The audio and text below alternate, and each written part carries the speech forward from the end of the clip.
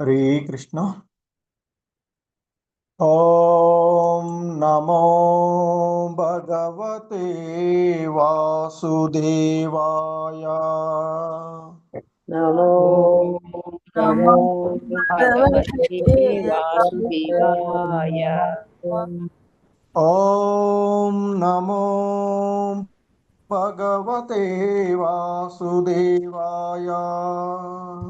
ओम नमो भगवते वासुदेवाय।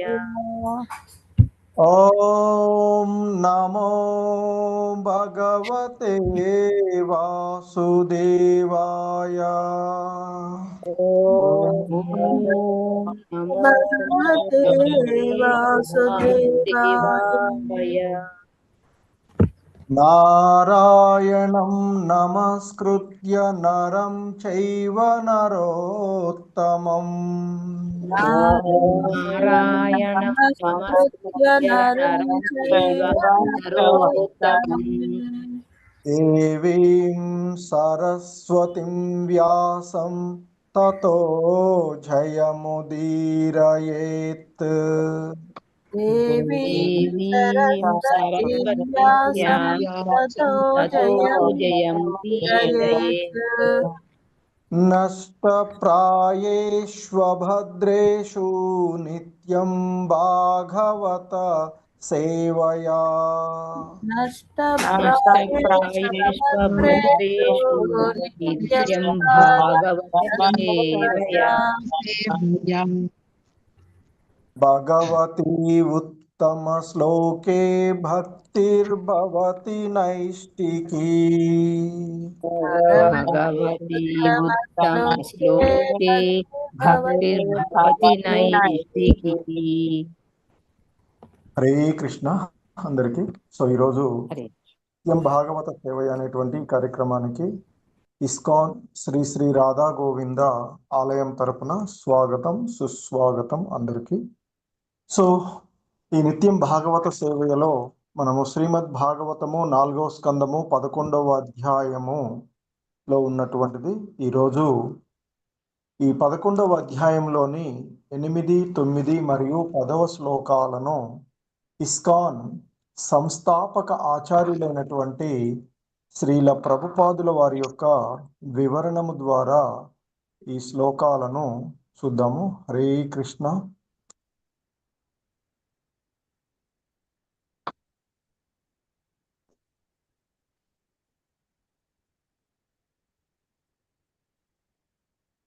హరే కృష్ణ. స్క్రీన్ వస్తుంది కదా మాతాజీ? వస్తుంది ప్రభు, వచ్చింది ప్రభు. హరే కృష్ణ.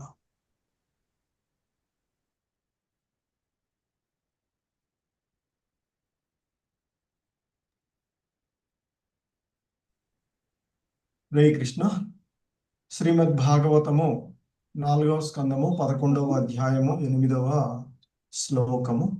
Please repeat. నాస్మత్కులోచితం తాత నాస్మత్కోచితం తాత. హరే కృష్ణ.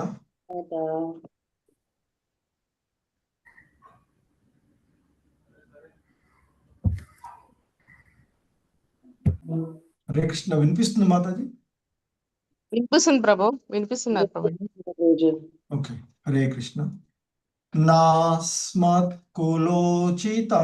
తాత నాస్మత్కులోచితం తాత.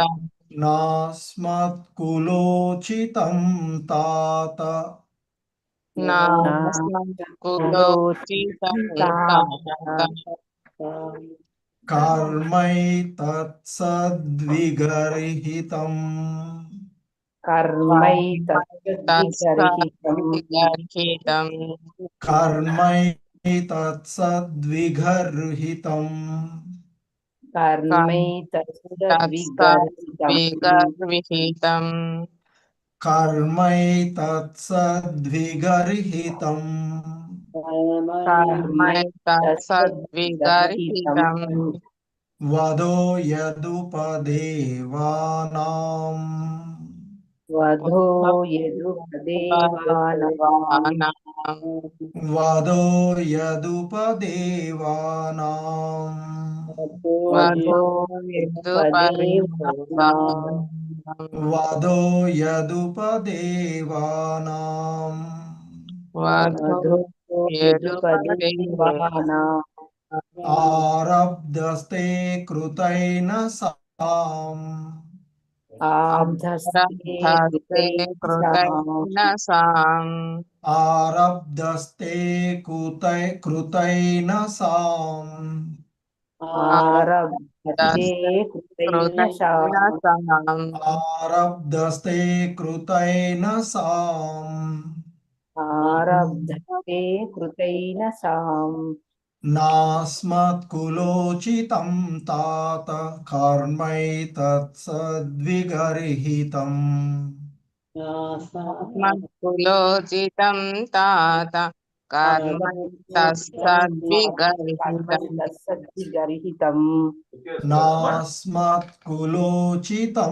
తాత కర్మైతత్సద్విగర్హితం వధో యదుపదేవానాం కర్మైతత్సద్విగర్హితం వదో యదుపదేవానాం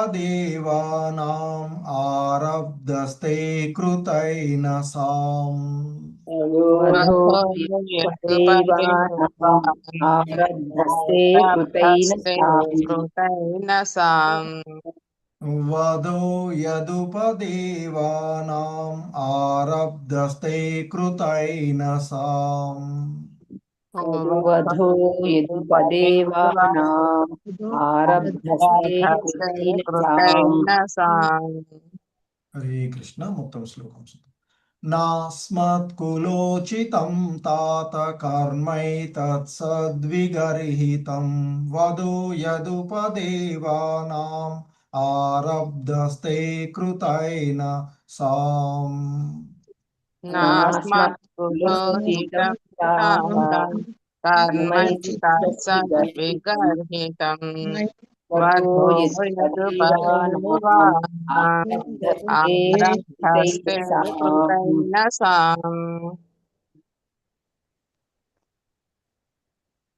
హరే కృష్ణ.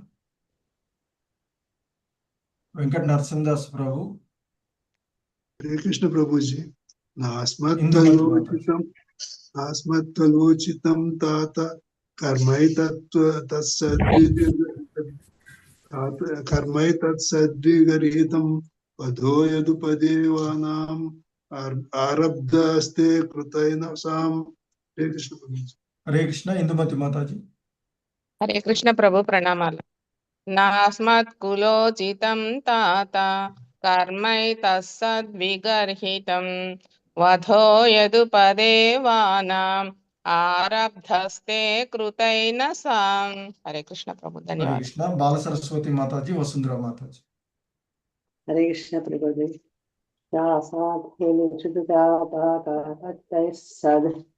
సద్భిగర్హితం వధో యదుపదేవానాం ఆరబ్ధస్తే కృతైన సాం.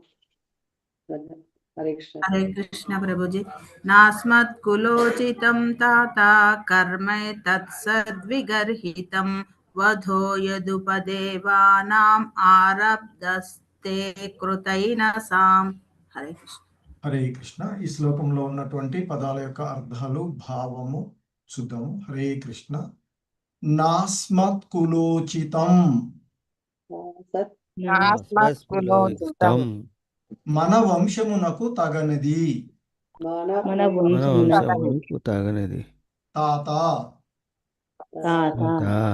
వత్స వత్స కర్మ కర్మ కర్మ కర్మ ఏతత్ ఏతత్ ఇది ఇది సత్ సత్ ధర్మ విషయమున ప్రామాణికులైన వారిచే ధర్మ విషయమున ప్రామాణికులైన వారిచే విగర్హితం విగర్హితం నిషేధింపబడినది. నిషేధింపబడినది. వతః వదః సంహార కార్యము. సంహార కార్యము. యత్ యత్ ఏదైతే ఏదైతే ఉపదేవానాం ఉపదేవానాం యక్షుల యొక్క యక్షుల యొక్క ఆరబ్ధః అధః చేపట్టినది చేపట్టినది తే ఏ నీవు నీవు అకృత ఏనసాం అకృత ఏనసాం పాపరహితులైనట్టి. పాపరహితులైనట్టి. హరే కృష్ణ. భావము భావంపై శ్రీల ప్రభుపాదుల వారు. వత్స వత్స నీవు చేపట్టిన నీవు చేపట్టినట్టి పాపరహితులగు యక్షుల పాపరహితులకు యక్షుల సంహార కార్యము సంహార కార్యము ప్రామాణికులచే ప్రామాణికులచే ఆమోదయోగ్యము కానిది. ఆమోదయోగ్యం కానిది. ధర్మ నియమములను ఎరిగిన ధర్మ నియమములు ఎరిగిన మన వంశమునకు మన వంశమునకు అది తగనిది. అది తగనిది. హరే కృష్ణ. సో శ్రీమద్ భాగవతము 4వ స్కందము 11వ అధ్యాయము 9వ శ్లోకము. హరే కృష్ణ. ప్లీజ్. నాన్వేకస్యాపరాధేన నాన్వేకస్యాపరాధేన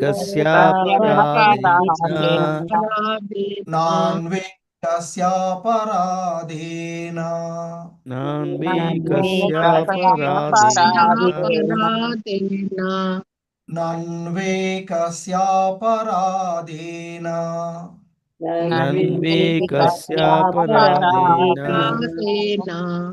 ప్రసంగాద్ బహవో హతాః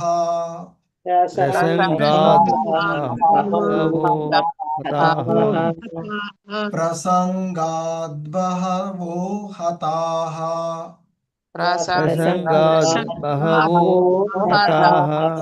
ప్రసంగాద్ బహవో హతాః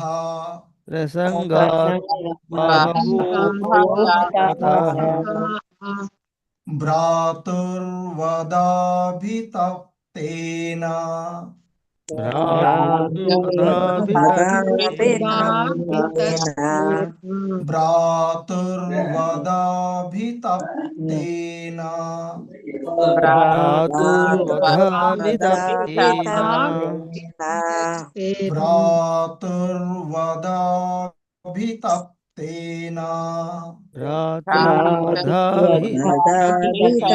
భ్రాతుర్వదాభితప్తేన త్వయాంగ భ్రాతృవత్సల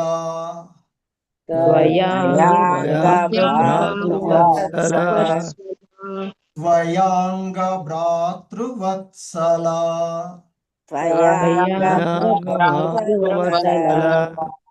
త్వయాంగ భ్రాతృవత్సల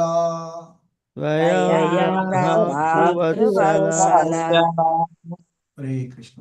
నన్వేకస్యాపరాధేన ప్రసంగాద్ బహవో హతాః నన్వేకస్యాపరాధేన ప్రసంగాద్ బహవో హతాః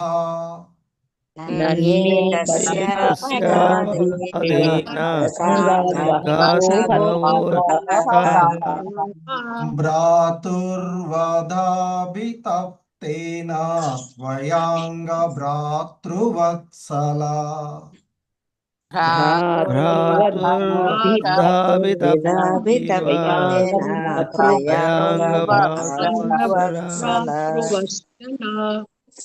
భ్రాతుర్వదాభితప్తేన త్వయాంగ భ్రాతృవత్సల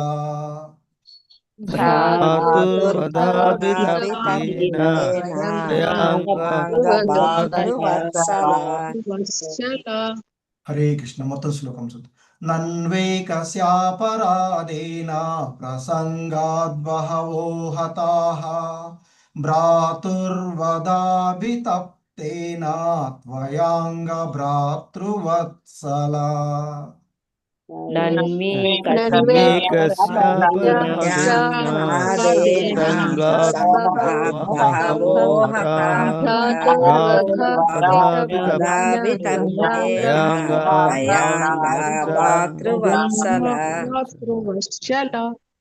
హరే కృష్ణ. జయప్రద మాతాజీ, సూర్యప్రకాశ్రావు ప్రభు. హరే కృష్ణ ప్రభుజీ, ప్రణామాలు. నన్వేకస్యాపరాధేన ప్రసంగాద్ బహవో హతాః భ్రాతుర్వధాభితప్తేన త్వయాంగ భ్రాతృవత్సల. హరే కృష్ణ. హరే కృష్ణ ప్రభుజీ, ప్రణామాలు. నన్వేకస్యాపరాధేన ప్రసంగాద్ బహవో హతాః భ్రాతుర్వధాభితప్తేన త్వయాంగ భ్రాతృవత్సల. హరే కృష్ణ. హరే కృష్ణ. యశోద మాతాజీ, శాంసంగ్ ఎస్. హరే కృష్ణ. హరే కృష్ణ ప్రభుజీ, ప్రణామాలు ప్రభుజీ. ఓం నమో భగవతే వాసుదేవాయ. నన్వేకస్యాపరాధేన ప్రసంగాద్ బహవో హతాః భ్రాతుర్వదాభితప్తేన త్వయాంగ భ్రాతృవత్సల. ధన్యవాదాలు ప్రభుజీ. హరే కృష్ణ ప్రభుజీ, ప్రణామాలు. నన్వేకస్యాపరాధేన ప్రసంగాద్బహవో హతాః భ్రాతుర్వదాభితప్తేన త్వయాంగ భ్రాతృవత్సల. హరే హరే కృష్ణ కృష్ణ. ప్రభు. ఈ శ్లోకంలో ఉన్నటువంటి పదాల యొక్క అర్థాలు, భావం చూద్దాము. నను నను నిక్కముగా, నిక్కముగా, ఏకస్య ఏకస్య ఒకే ఒక్క, ఒకే ఒక్క అపరాధేన అపరాధమున అపరాధమునకు, అపరాధమునకు ప్రసంగాత్ ప్రసంగాత్ వారి సాంగత్యము వలన, వారి సాంగత్యము వలన బహవాహ బహవః పెక్కురు, పెక్కురు హతాహ హతాః వధింపబడిరి, వధింపబడిరి భ్రాతుః భ్రాతుః నీ సోదరుని, నీ సోదరుని వద వద వలన, వలన అభితప్తేన అభితప్తేన దుఃఖితుడవై, దుఃఖితుడవై త్వయా నీవు అంగ వత్స భ్రాతృవత్సల సోదర వాత్సల్యము కలవాడా.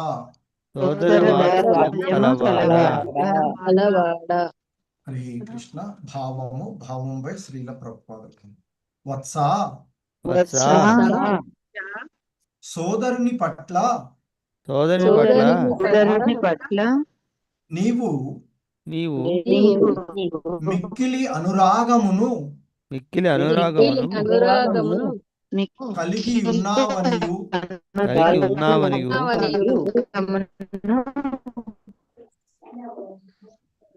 యక్షులచే అతడు చంపబడుట వలన మిగుల దుఃఖితుడవైతివనియు నిరూపితమైనది. కానీ ఈ విషయమును ఒక్కమారు ఆలోచింపుము. ఒకే ఒక్క యక్షుని అపరాధమునకు నీవు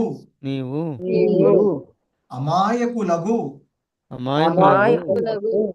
పెక్కురు యక్షులను వధించితివి. వధించితివి. శ్రీమద్ భాగవతము 4వ స్కందము 11వ అధ్యాయము 10వ శ్లోకము. హరే కృష్ణ. Please repeat. నాయం మార్గో హి సాధూనాం. నాయం మార్గో హి సాధూనాం. నాయం మార్గో హి సాధూనాం. నాయం మార్గో హి సాధూనాం. నాయం మార్గో హి సాధూనాం. నాయం మార్గో హి సాధూనాం. ఋషికేశానువర్తినాం. ఋషికేశానువర్తినాం. ఋషికేశానువర్తినాం. ఋషికేశానువర్తినాం. ఋషికేశానువర్తినాం. ఋషికేశానువర్తినాం. యదాత్మానం పరాగృహ్య. యదాత్మానం పరాగృహ్య. యదాత్మానం పరాగృహ్య. యదాత్మానం పరాగృహ్య. యదాత్మానం పరాగృహ్య. యదాత్మానం పరాగృహ్య. పశువద్భూత వైశసం. పశువద్భూత వైశసం. పశువద్భూత వైశసం. పశువద్భూత వైశసం. పశువద్భూత వైశసం. పశువద్భూత వైశసం. నాయం మార్గో హి సాధూనాం ఋషికేశానువర్తినాం. నాయం మార్గో హి సాధూనాం ఋషికేశానువర్తినాం. నాయం మార్గో హి సాధూనాం ఋషికేశానువర్తినాం. నాయం మార్గో హి సాధూనాం ఋషికేశానువర్తినాం. యదాత్మానం పరాగృహ్య పశువద్భూత వైశసం. యదాత్మానం పరాగృహ్య పశువద్భూత వైశసం. యదాత్మానం పరాగృహ్య పశువద్భూత వైశసం. యదాత్మానం పరాగృహ్య పశువద్భూత వైశసం. హరే కృష్ణ. మొత్తం శ్లోకం చూద్దాం. నాయం మార్గో హి సాధూనాం ఋషికేశానువర్తినాం. యదాత్మానం పరాగృహ్య పశువద్భూత వైశసం. నాయం మార్గో హి సాధూనాం ఋషికేశానువర్తినాం. యదాత్మానం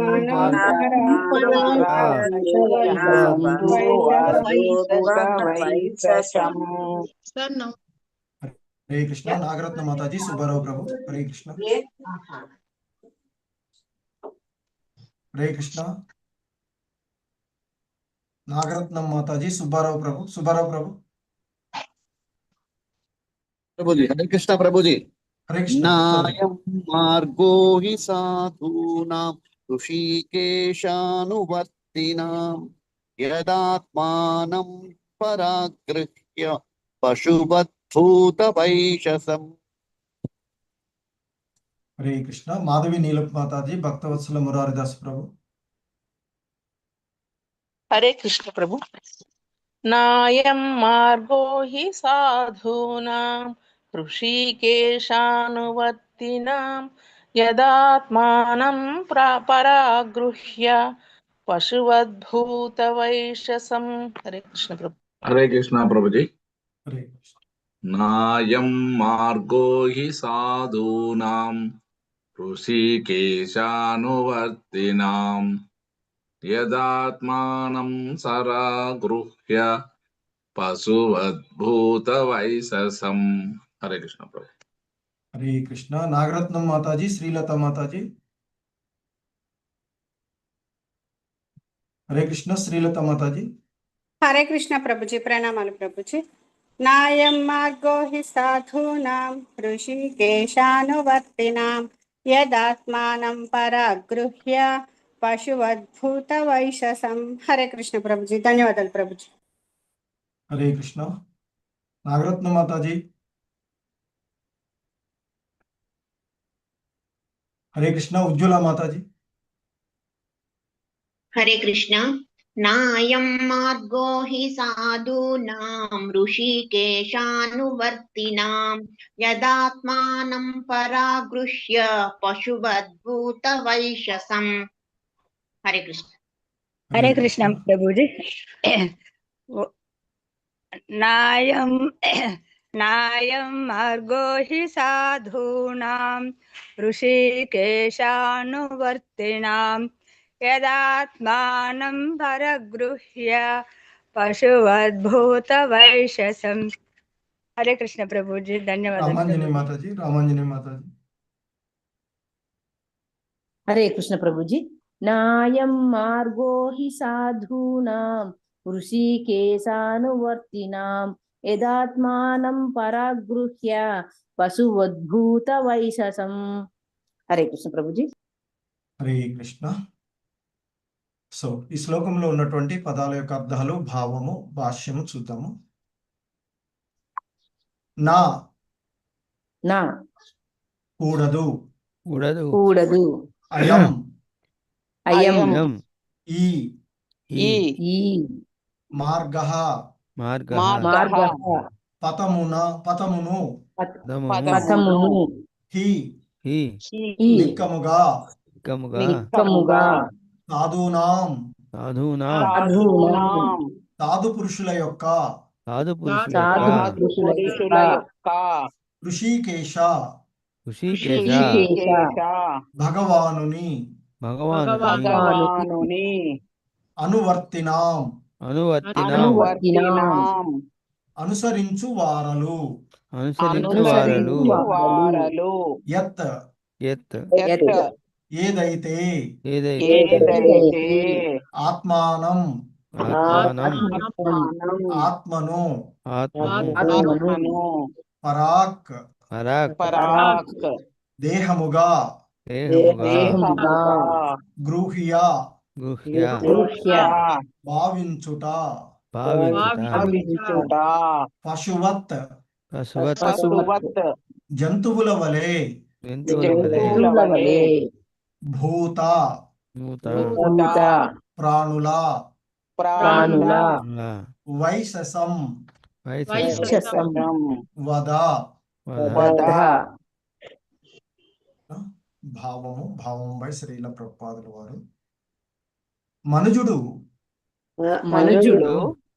దేహాత్మ భావనమును కలిగి ఉండరాదు. జంతువుల వలె ఇతర ప్రాణులను వధించుట అతనికి తగదు. దేవదేవుని భక్తి యోగ పథము అనుసరించు సాధు పురుషులచే అది విశేషముగా నిషేధింపబడినది.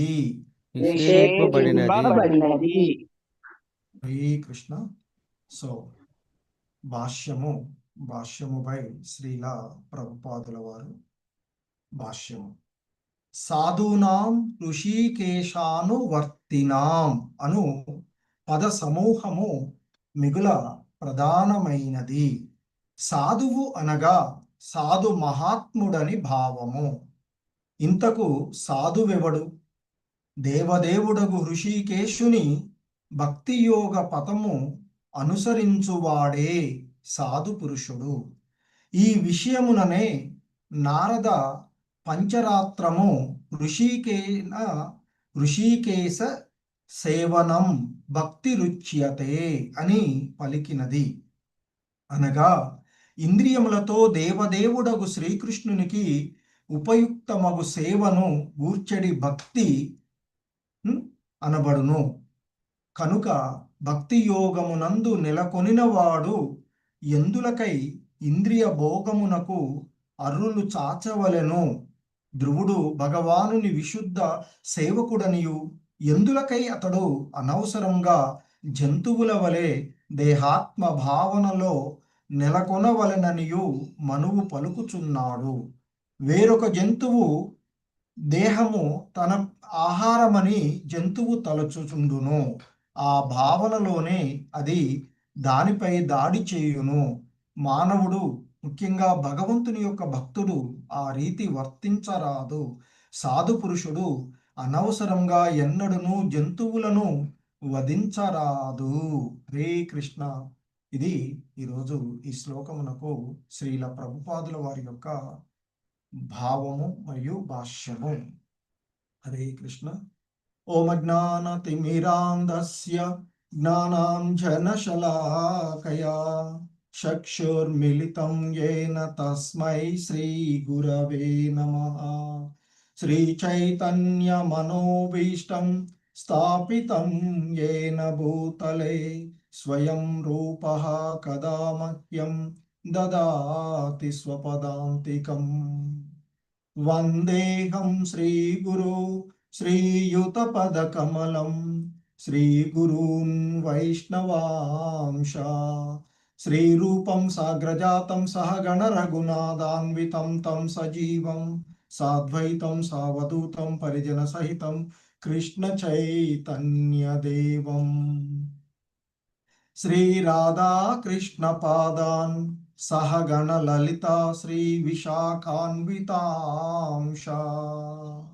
నమో ఓం విష్ణుపాదాయ కృష్ణ ప్రేష్టాయ భూతలే శ్రీమతే భక్తి వేదాంత స్వామినితి నామినే.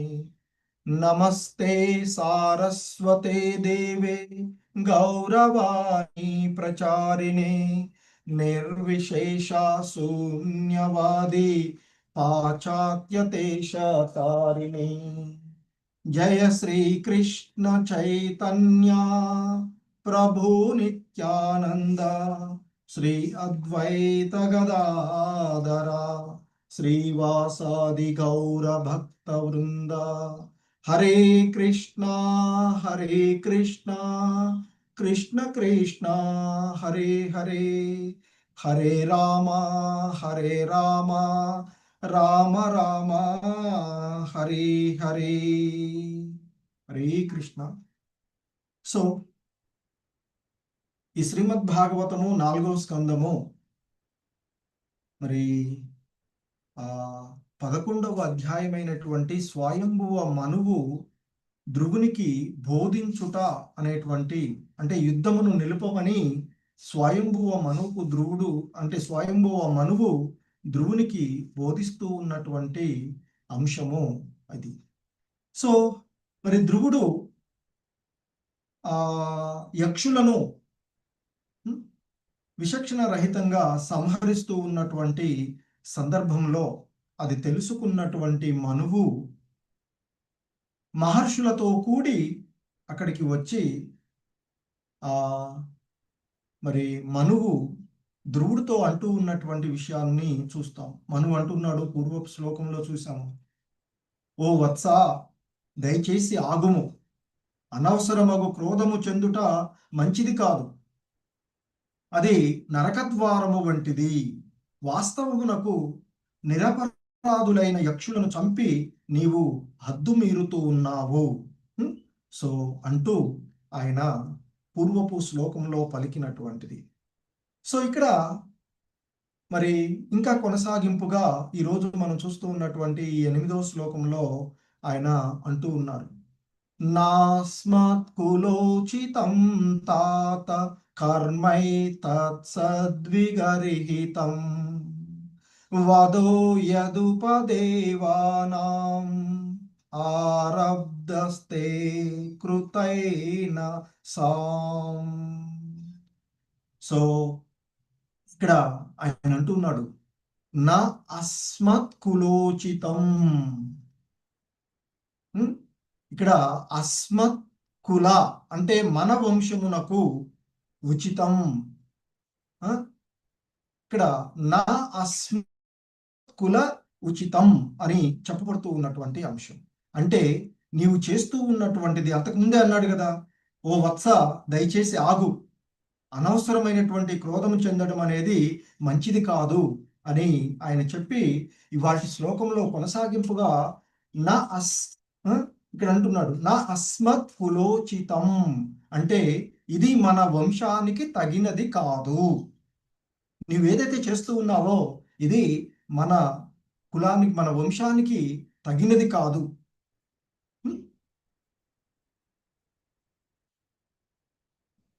కర్మ ఏ తత్, ఈ కార్యము నువ్వేదైతే కర్మ చేస్తూ ఉన్నావో ఇది, ఈ కార్యము నువ్వేదైతే చేస్తూ ఉన్నావు, ఇక్కడ కర్మ అంటే కర్మ, ఏ తత్ ఇది అంటే కర్మ ఏ తత్, నువ్వు ఏదైతే కార్యం చేస్తున్నావో, ఏదైతే పని ఇప్పుడు చేస్తూ ఉన్నావో ఈ కార్యము, నువ్వు చేస్తూ ఉన్నటువంటి కార్యము మన వంశానికి తగినది కాదు అంటూ చెప్తున్నా. అంటే నీవు చేపట్టినటువంటి, ఏం చేపట్టాడు ఆయన ఇక్కడ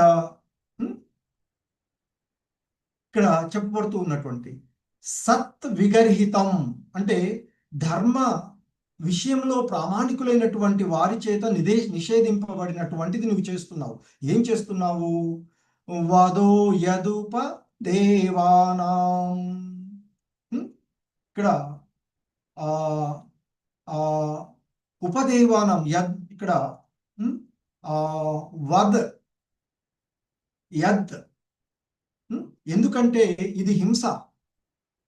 ఎటువంటి హింస అంటే ఉపదేవానాం, యక్షులు, ఉపదేవతలైనటువంటి నిరపరాధులైనటువంటి ఆ యక్షులను నీవు సంహరిస్తూ ఉన్నావు. నీవు చేస్తూ ఉన్నటువంటి ఆరబ్ధతే ఆకృత ఏన సాం, నీవు చేస్తూ ఉన్నటువంటి ఈ ఆ పాపరహితులైనటువంటి యక్షుల యొక్క వధ ఏదైతే ఉందో అది ఆమోదయోగ్యం కానటువంటిది. అందుకే ఇక్కడ మనువు అంటూ ఉన్నాడు, ఓ వత్స, నీవు చేపట్టినటువంటి పాపరహితులైన యక్షుల యొక్క సంహార కార్యము ఏదైతే ఉందో అది ప్రామాణికుల చేత ఆమోదయోగ్యం కాకుండా ఉన్నది. మరి ధర్మ అధర్మ నియమాలను ఎరిగినటువంటి మనలాంటి వంశస్థులకు ఇది సరి అయినది కూడా కాదు. అందుకే ప్రారంభంలోనే ఆయన అంటున్నాడు, నా అస్మత్ కుల ఉచితం. ధర్మ అధర్మ నియమాలను తెలిసినటువంటి మనలాంటి వంశానికి నీవు చేస్తూ ఉన్నటువంటిది తగినది కాదు అంటూ మనువు తన మనుమడైనటువంటి ధ్రువుడితో చెప్తూ ఉన్నటువంటిది. సో ఇంకా చెప్తూ ఉన్నారు ఆయన, నన్వేకస్యాపరాధేన ప్రసంగాద్భవ బహవో హతాః భ్రాతుర్వదాభి తప్తేన త్వయాంగ భ్రాతృవత్సల. సో ఇక్కడ ఆయన అంటూ ఉన్నటువంటిది, ఓ వత్స, మరి ఇక్కడ భ్రాతృవత్సల అంటూ సంబోధించినటువంటిది ఆయనని, ఎవరిని? ధ్రువుడిని. ఇక్కడ త్వయా అంగ భాతృవత్సల అంటున్నాడు. అంగ అంటే ఓ మనమడా అనే అర్థము, లేదా వత్స అనే భావంతో తీసుకోవచ్చు. త్వయ నీవు భాతృవత్సల, సోదర వాత్సల్యం కలవాడివి, కరెక్టే. కనుకనే ఆ భ్రాతృవదాభి తప్తేనా, నువ్వు నీ యొక్క సోదరుని యొక్క వధ చేత దుఃఖితుడు అయి ఉన్నావు సోదర వాత్సల్యం చేత. ఎందుకంటే అంటున్నాడు ఇక్కడ మనువు, ఓ ధ్రువ, సోదరుని పట్ల నీకు మిక్కిలి అనురాగం కలిగి ఉన్నావని, యక్షుల చేత అతడు చంపబడుట వలన నీవు మిక్కిలి దుఃఖితుడు అయివన్నీ ఇది నిరూపితమైంది. కానీ ఈ విషయాన్ని గురించి నువ్వు ఒక్కసారి ఆలోచించు. ఎందుకంటే నీ యొక్క సహోదరుణ్ణి యక్షులు సంహరించారని చెప్పేసి నువ్వు యక్షులపై దండయాత్ర చేస్తూ ఉన్నావు. కానీ నువ్వు కరెక్ట్గా ఆలోచించినట్లయితే, ఒకమారు ఈ విషయాన్ని గురించి ఆలోచించినట్లయితే, ఒకే ఒక యక్షుడు చేసినటువంటి అపరాధానికి మరి అమాయకులైనటువంటి అనేక మంది యక్షులను నీవు సంహరించావు కదా అనవసరంగా అంటూ మరి ఇక్కడ మనువు ధ్రువుడికి హితబోధ చేస్తూ ఉన్నటువంటి, బోధిస్తూ ఉన్నటువంటి, ఎందుకంటే పెద్దవాడు కనుక, తాతగారు కనుక మరి ఆయనకి హితబోధ చేస్తూ ఉన్నటువంటిదిగానే మనము ఇక్కడ చూస్తూ ఉన్నటువంటిది. అందుకే ఇంకా చెప్తూ ఉన్నారు, నాయం మార్గో హి సాధూనాం హృషీకేశానువర్తినాం యదాత్మానం పరాగ్ గృహ్య పశు వద్ భూతవైషం. సో ఇక్కడ మరలా ఇంకా చెప్తూ ఉన్నటువంటి అంశము ఆయన చెప్తున్నారు, మనుజుడు ఈ దేహాత్మమైనటువంటి భావనతో ఉండి నాయం మార్గో హి సాధూనాం, ఇక్కడ నాయం మార్గో అంటే ఈ మార్గం ఇది సరైనటువంటిది కాదు అని చెప్పబడుతున్నదిగా చెప్తున్నారు. హి అంటే ఖచ్చితంగా సరైనటువంటిది కాదు నీవు చేస్తూ ఉన్నటువంటిది. ఎందుకంటే ఇక్కడ సాధూనాం హృషీకేశాను వర్తినాం అంటూ చెప్పబడుతూ ఉన్నటువంటి అంశాన్ని ఇక్కడ మనము చూడవలసినటువంటిది. ఇక్కడ ఏంటంటే ఆయన అంటూ ఉన్నాడు మనువు ఇంకా ధ్రువుడితో, మనిషి దేహాత్మ భావనమును కలిగి ఉండరాదు. మరి ఈ దేహాత్మ భావన వలనే, అంటే జంతువు వలె ఇతర ప్రాణులను వధించుట మరి మనిషికి తగదు అంటూ చెప్పబడుతూ ఉన్నటువంటి అంశము. దేవదేవుని భక్తి యోగ పథమును అనుసరించు సాధు పురుషులచే అది విశేషంగా మరి నిషేధించబడినది అంటూ చెప్పబడుతూ ఉన్నటువంటి అంశం ఇక్కడ. సో నా అయం మార్గం, ఇది మార్గం కాదు, అంటే నీవేదైతే చేస్తూ ఉన్నావో ఇది సరైనటువంటి మార్గం కాదు.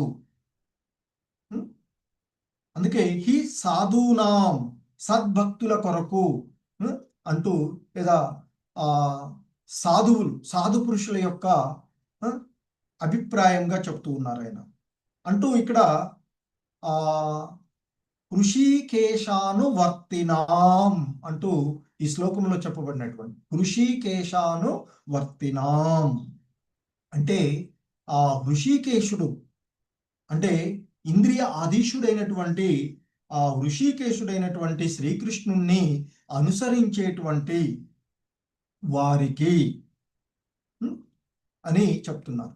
అంటే నువ్వు అనుసరిస్తూ ఉన్నటువంటి మార్గం ఏదైతే ఉందో అది ఆ హృషీకేశుడైన శ్రీకృష్ణ భగవానుని అనుసరించేటువంటి వారికి ఇది సరి అయినటువంటి మార్గము కాదు. ఎందుకంటే ధ్రువుడు ఇక్కడ ఆ భగవంతుణ్ణి ఆశ్రయించి ఆ శ్రీకృష్ణుణ్ణి అనుసరిస్తూ ఉన్నటువంటి వాడు కనుక ఆ విధంగా చెప్పబడుతూ ఉన్నటువంటి అంశంగా మనము ఇక్కడ దీనిని భావించవలసినటువంటి.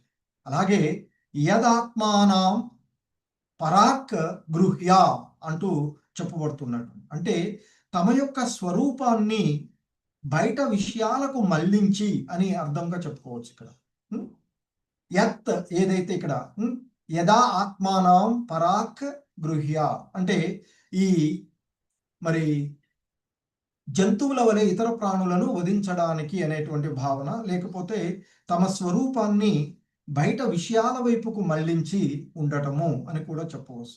ఇక్కడ పశువత్ అంటే పశువు వలె, జంతువు వలె, భూత వైశసం అంటే ఇతర జీవులకు హింస చేయడము, భూత వైశసం ఇతర జీవులకు హింస చేయడము అనేటువంటిది సరైనటువంటిది కాదు అని చెప్తున్నారు. ఇక్కడ ముఖ్యంగా మనకి ఋషికేశుడు అంటే ఇంద్రియాలకు అధిపతి అయినటువంటి శ్రీకృష్ణుడు, మరి భక్తుడు తన ఇంద్రియాలను ఎప్పుడు కూడా ఋషికేశుని యొక్క సేవలో ఉపయోగించాలి. అందుకే ఋషికేశానువర్తినాం అని చెప్పబడినటువంటిది. సో కనుకనే ఇక్కడ భక్తుడు ఎప్పుడు కూడా సాధువు అని చెప్పబడేటువంటి వాడు ఎప్పుడూ కూడా తన యొక్క ఇంద్రియాలన్నింటినీ కూడా ఆ ఋషికేశుని అంటే శ్రీకృష్ణుని యొక్క సేవలో ఉపయోగించాలి అని చెప్తున్నారు. మరి అదే మన యొక్క నిజమైన స్వరూపం, నిజమైన స్వభావం.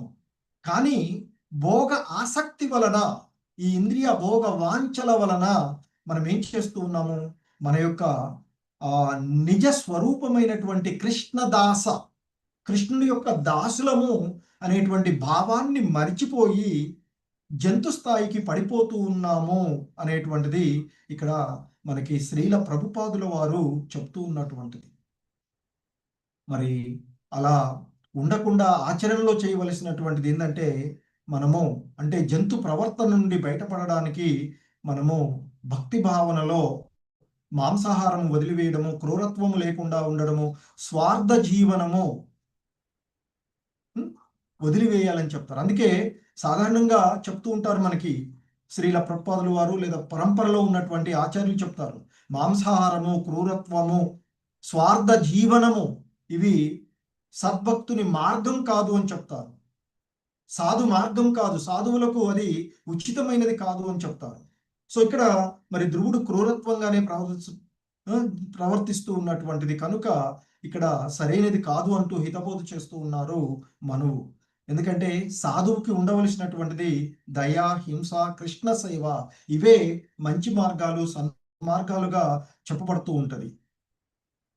సో ముఖ్యంగా మనకి ఈ శ్లోకంలో చివరి 10వ శ్లోకంలో నాయం మార్గో హి సాధూనాం అంటే సద్భక్తుని స్వరూప లక్షణము కాదు అని చెప్తున్నారు. చూసారా, ఇక్కడ వ్యతిరేక అర్థంలో వస్తూ ఉన్నటువంటిది. సో కనుకనే ఇక్కడ సద్భక్తుని స్వరూప లక్షణం ఇది కాదు అంటూ చెప్పబడుతూ ఉన్నటువంటి సాధు పురుషుల యొక్క లక్షణము ఇది కాదు, నువ్వు చేస్తూ ఉన్నటువంటిది సాధు పురుషులు యాక్సెప్ట్ చేసేటువంటిది కాదు అని చెప్తారు. ఎందుకంటే సాధువు అనేటువంటి వాడు కేవలము బాహ్యంగా మృదువుగా ఉండేవాడే కాదు అని చెప్తారు. సాధువు అంటే తనను కృష్ణ దాసునిగా తెలుసుకున్నటువంటి వాడు, స్వార్థ భోగాన్ని విడిచిపెట్టి భగవత్ సేవలో నిమగ్నమయ్యేటువంటి వాడు. సాధు యొక్క జీవన మార్గము భోగం కాదు అని చెప్తారు, సేవ అంటే ఆ భగవంతుని సేవ, ఆ భగవంతుని భక్తులకు సేవ చేసేటువంటి. అందుకే ముఖ్యంగా మనకి ఈ శ్లోకంలో చెప్పబడుతూ ఉన్నటువంటి అంశము అక్కడ అందుకే చెప్తున్నారు, మనుజుడు మరి ఆ సాధువు యొక్క లక్షణం సాధు పురుషుల చేత విశేషంగా నిషేధించబడినది నీవు చేస్తున్నది అంటూ చెప్తున్నారు. ఎందుకంటే ఇంద్రియ భోగం కోసం హింసాచరణము చేయడము అనేటువంటిది సాధువుల యొక్క మార్గం కాదు అని ఇక్కడ చెప్పబడుతూ ఉన్నటువంటిది ఈ శ్లోకంలో. అలాగే ఇంకా మనకి ఋషికేశాను వర్తినాం అంటే ఇక్కడ ఋషికేశుడు అంటే ఇంద్రియాలకు అధిపతి అయినటువంటి ఆ భగవద్గీతలో. అందుకే మనకి భగవద్గీతలో అర్జునుడు కృష్ణుని సంబోధించేటప్పుడు ఋషికేశాన్ని సంబోధిస్తూ ఉంటుంటాడు కదా. సో కాబట్టి ఆ ఇంద్రియాలకు అధిపతి అయినటువంటిది. సో మనకి శ్రీల ప్రభుపాదుల వారు ఇక్కడ చెప్తూ ఉన్నట్లుగా నారద పంచరాత్రలో హృషికేన హృషికేశ సేవనం భక్తి రుచ్యతే అని మనకి నారద పంచరాత్రంలో చెప్పబడినటువంటి అంశం. ఏంటి ఇక్కడ? హృషికేన హృషికేశ సేవనం భక్తి రుచ్యతే. ఇంద్రియాలను, అంటే ఆ ఇంద్రియాల ద్వారా మనము మన యొక్క ఇంద్రియాల ద్వారా ఆ ఇంద్రియములతో ఆ హృషికేశుడైనటువంటి హృషికేన హృషికేశ సేవనం, మన యొక్క ఇంద్రియాలతో మన యొక్క ఇంద్రియాల ద్వారా హృషికేశుడైన శ్రీకృష్ణుని దేవదేవుని సేవ చెయ్యడమే భక్తి రుచ్యతే. అంటే భక్తి అనబడుతుంది అని చెప్తున్నారు. అంటే మన యొక్క ఇంద్రియాలను మన యొక్క స్వార్థ సుఖానికి ఉపయోగిస్తే అది బంధనం అవుతుంది, అది బద్ధజీవుడు చేసేటువంటి విషయంగా చెప్తూ ఉంటుంటారు. అదే ఇంద్రియాలను ఆ కృష్ణ సేవలో ఉపయోగించినట్లయితే అది విమోచనం అవుతుంది, ముక్తి లభిస్తుంది. అదే భక్తి యోగంలో నిమగ్నం అవ్వడము అని చెప్తూ ఉంటుంటారు. సో అందుకే ఇక్కడ మనకు ఇక మరొక పదం కూడా యదాత్మానం పరాగ్ గృహ్య. యదాత్మానం పరాగ్ గృహ్య అంటే ఇక్కడ పరాగ్ అంటే బయటకు తిరిగిన, బయట ఉన్నటువంటి అనే ఒక పదం వస్తుంది. సో మరి జీవుని యొక్క సహజ స్థితి ఏంటి? అంతర్ముఖత, ఆత్మదర్శనం. కానీ అది వదిలేసి బయటపడుతూ ఉన్నటువంటిది మాయా ప్రభావంతో బహిర్ముఖుడవుతున్నారు. అంతర్ముఖుడుగా ఉండాలి అని చెప్తారు. ఎందుకంటే అంతరంగా పరమాత్ముడు మన యొక్క అంతరంలో ఉన్నటువంటిది. సో కనుకనే ఇక్కడ యదాత్మానం పరాగ్ గృహ్య అంటే ఆత్మ విస్మృతి అని చెప్పబడుతున్నటువంటిది ఇక్కడ ఒక రకంగా చెప్పాలంటే. అందుకే ఇక్కడ బాహ్యంగా అనేటువంటి అంటే దేహాత్మ భావనను కలిగి ఉండరాదు అంటూ చెప్తున్నటువంటి దానికి చెప్తున్నటువంటి. సో అందుకే మనకి భగవద్గీతలో ఈ ప్రస్తావన కూడా వస్తుంది. మనకి శ్రీకృష్ణ భగవానులు వారు చెప్తారు. భగవద్గీత 2వ అధ్యాయంలోని 62 మరియు 63 శ్లోకాల్లో చెప్పబడుతుంది. ఏంటంటే ధ్యాయతో విషయాన్ సంగ కామ క్రోధ మోహనాశ అని చెప్తుంటారు. ధ్యాయతో విషయానంటూ సంగత్వముల కామము నుండి క్రోధము, క్రోధము నుండి మోహము, మోహం ద్వారా నాశనము, పతనం చెందుతూ ఉంటుంది అని చెప్తారు.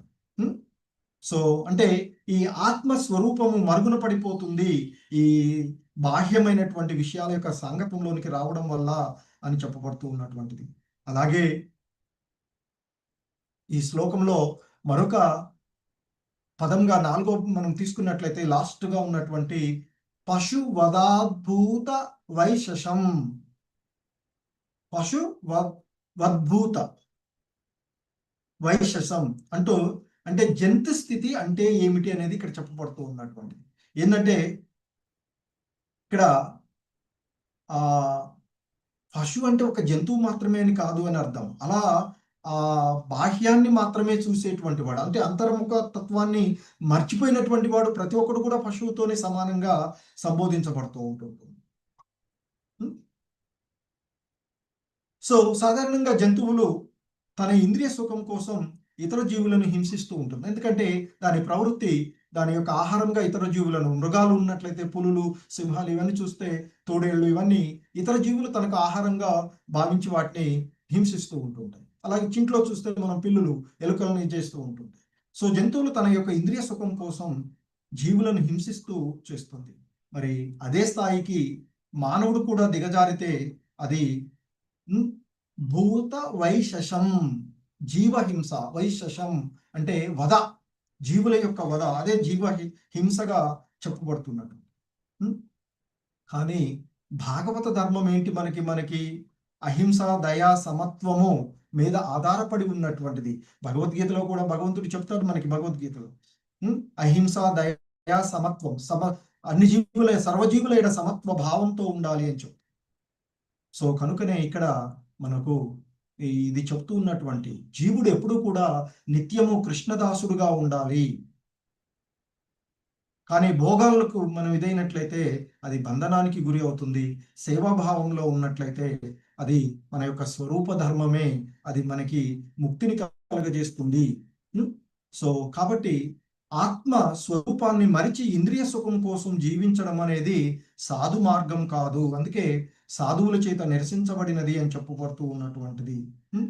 సో సో కనుకనే మనకి ఇక్కడ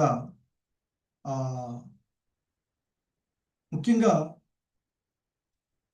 చైతన్య మహాప్రభువులు వారి యొక్క బోధనలో అహింస, దయ, నామకీర్తన ఇవే ఈ యుగ ధర్మాలు మనకి ఇప్పుడుకి అనువర్తించుకున్నట్లయితే. సో ఇక్కడ ఈ శ్లోకంలో మనువు చెప్పినటువంటి అంశాలను చూస్తే మరి వంశ గౌరవము అంటే భక్తి వంశానికి, ఆ భక్తుల యొక్క వంశానికి హింస అనేది సరైనది కాదు అని, మరి సజ్జనుల చేత, సాధువుల చేత నిందించేటువంటి కార్యము ఎప్పుడు కూడా ధర్మం కాదు అని చెప్తున్నారు. అలాగే భక్తి మార్గంలో హింసకు స్థానం లేదు, ఎందుకంటే ధ్రువుడు విశుద్ధ భక్తుడు కనుక మరి ఆ భక్తికి అతనికి మరి ఎటువంటి ఇది లేదు అనేటువంటి అంశాన్ని చెప్తూ మనకి ఇక్కడ ఇస్తూ ఉన్నటువంటిది. సో కనుకనే శ్రీల ప్రభుపాదులు వారు కూడా మరి మనిషి ఎప్పుడు కూడా జంతువులాగా ప్రవర్తించరాదు, ముఖ్యంగా మానవుడు ఆ విధంగా ప్రవర్తించరాదు. సాధువు అనేటువంటి వాడు అనవసరంగా ఎన్నడూ కూడా జంతువధ చేయరాదు, ఇతరులకు హింసించరాదు అంటూ చెప్పబడుతూ ఉన్నటువంటి అంశం. హరే కృష్ణ. జగద్గురు శ్రీల ప్రభుపాదుకి జై. సో ఇది ఈరోజు ఈ శ్లోకంలో మనకి ఇవ్వబడినటువంటి అంశం. హరే కృష్ణ. ప్రభుజీస్, మాతాజీస్, ఎవరికైనా ఏవైనా సందేహాలు ఉంటే హ్యాండ్స్ రైజ్ చేయొచ్చు. అలాగే అన్మ్యూట్ ఆప్షన్ కూడా ఇస్తున్నాను అందరికీ. ఒక్క నిమిషం.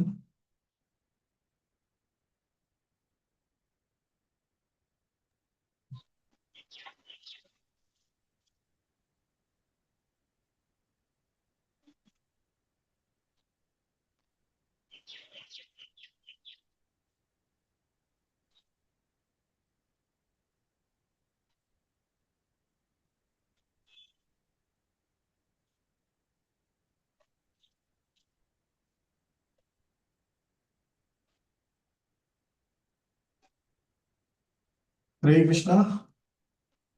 ఇప్పుడు మాట్లాడచ్చు. ఏమైనా మీరు డౌట్స్ ఉన్నా, ఏమైనా చెప్పదలుచుకున్నా? హరే కృష్ణ. లేవు ప్రభు ఏమీని, ఎందుకంటే ఇదంతా హితబోధే కదా, ఎక్కువ పాపం మూట కట్టుకోకు అని.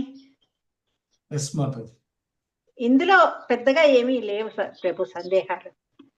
ఓకే, హరే కృష్ణ. ధన్యవాదాలు. మనం అనుకున్నది వచ్చేస్తుంది కదా ప్రభు. అదే ఒక ఎక్స్క్యూట్ చేసే తప్పక అందరినీ సంహరిస్తున్నామని మీరు మొన్న అన్నారు కదా, వేచి చూడు ముందు శ్లోకాల్లో వస్తుందని. అదే అందుకే చెప్పాను, కొద్దిగా ఆగండి వస్తుంది అని చెప్పాను.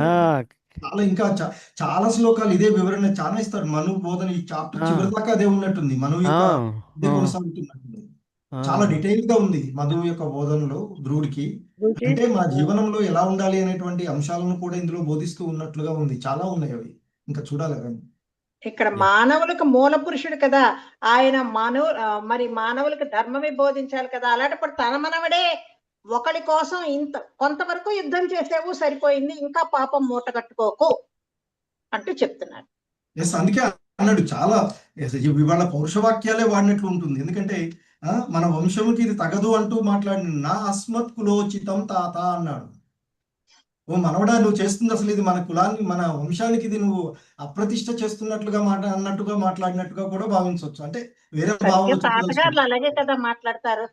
అదే అలా మాట్లాడినట్టుగా ఉంటుంది. అంటూ ముందు అలా చెయ్యకూడదురా బడవా అంటూనే కదా దెబ్బలాడుతున్నట్టు కదా చెప్తారు. తర్వాత నెమ్మదిగా చెప్తారు, బోధిస్తారు. నెమ్మదిగా ఘాటుమైనటువంటి పదాలు ఉపయోగిస్తున్నట్లు అనిపిస్తుంది చూస్తుంటే. ఫస్ట్ లోనేమో దయచేసి ఆగు అన్నట్లుగా మాట్లాడాడు, ఇక కొంచెం లోతుగా డీటెయిల్ గా వెళ్తున్నాడు బాగానే. అవును, ఇవాళ అన్నారు కదా జంతువులా ఇలాగ సంహరించుకుపోతున్నావు, అలాగే భక్తి యోగ పదంలో ఉన్నవాడు నువ్వేమిటి ఇది ఇలా చేయటం తగదు కదా.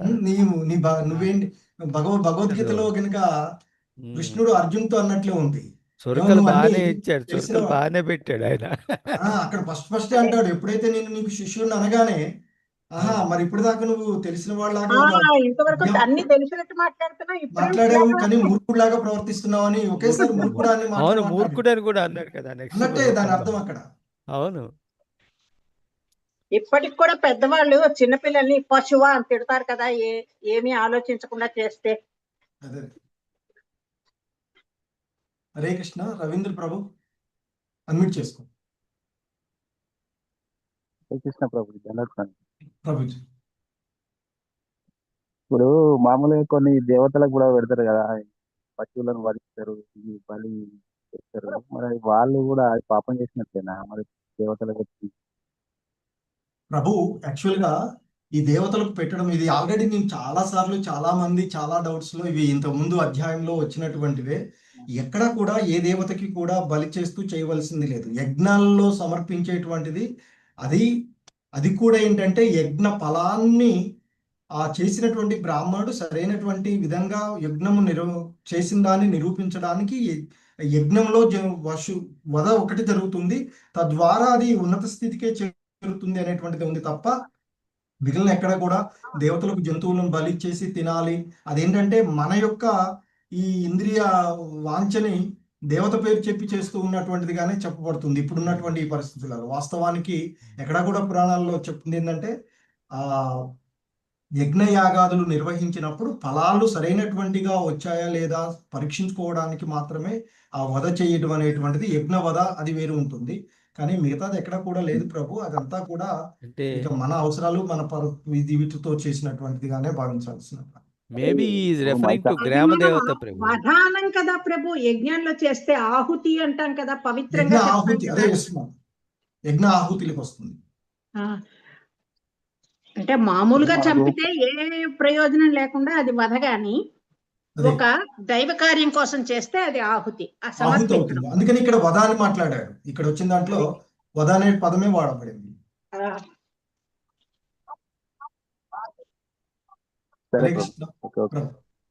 మేబీ ఇది రిఫరింగ్ టు గ్రామ దేవత ప్రభు. గ్రామ దేవతల్లో అలా ఇచ్చేస్తుంటారు మనం చూసి. అది సరైన యాక్చువల్ గా గ్రామ దేవతలు మీరు చెప్పినట్టు the solely to enjoy that కదా, అది చేయటం అది ఒక మిష అంటారు కదా, బలి అంటారు అమ్మ. కరెక్ట్. అంటే you mean to say difference బలికి వధకి? ప్రతి మాటకి ఒక అర్థంలో సున్నితత్వము, పవిత్రత ఇలా ఉంటాయి కదా, కొంత ఉంటుంది. అట్లా అంటే మనకు బలి అనేటువంటి దాంట్లో మామూలుగా మీరు బలి అని అంటే మళ్ళీ అది జంతువుల్ని తీసి మాత్రమే అని కాదు, ఏదైనా కూడా బలి ఇచ్చేటువంటి అది వేరవుతుంది ప్రభు.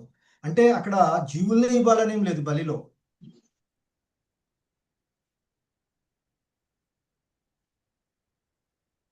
హరే కృష్ణ. మొత్తానికి తాతగారు మనవడికి బుద్ధి చెప్పడం విధానం. అందుకే పెద్దలు కలిసి ఉన్న కుటుంబాలలో వాళ్ళకి మంచిగా ఉంటది అని చెప్తారు. పెద్దలతో అందరూ కలిసి సంపూర్ణంగా అంటే కుటుంబ వ్యవస్థ అనేటువంటిది ఉండాలి అనేటువంటి దానికి కొంత ఇక్కడ చెప్పుకోవచ్చు. హరే కృష్ణ. ఓకే మాతాజీ, ప్రభుజీ, హరే కృష్ణ. అందరికీ ధన్యవాదాలు. హరే కృష్ణ. ధన్యవాదాలు ప్రభు. హరే కృష్ణ. హరే కృష్ణ. ప్రణామం. హరే కృష్ణ. వాంఛాకల్పతరుభ్యశ్చ కృపా సింధుభ్య ఏవ చ పతితానాం పావనేభ్యో వైష్ణవేభ్యో నమో నమః. శ్రీమద్ భాగవతానికి జై. హరే కృష్ణ మహామంత్రానికి జై. శ్రీల ప్రభుపాదికి జై. శ్రీల గురుదేవ్ కి జై. అనంత కోటి వైష్ణవ బృందకి జై. హరే కృష్ణ ప్రభు.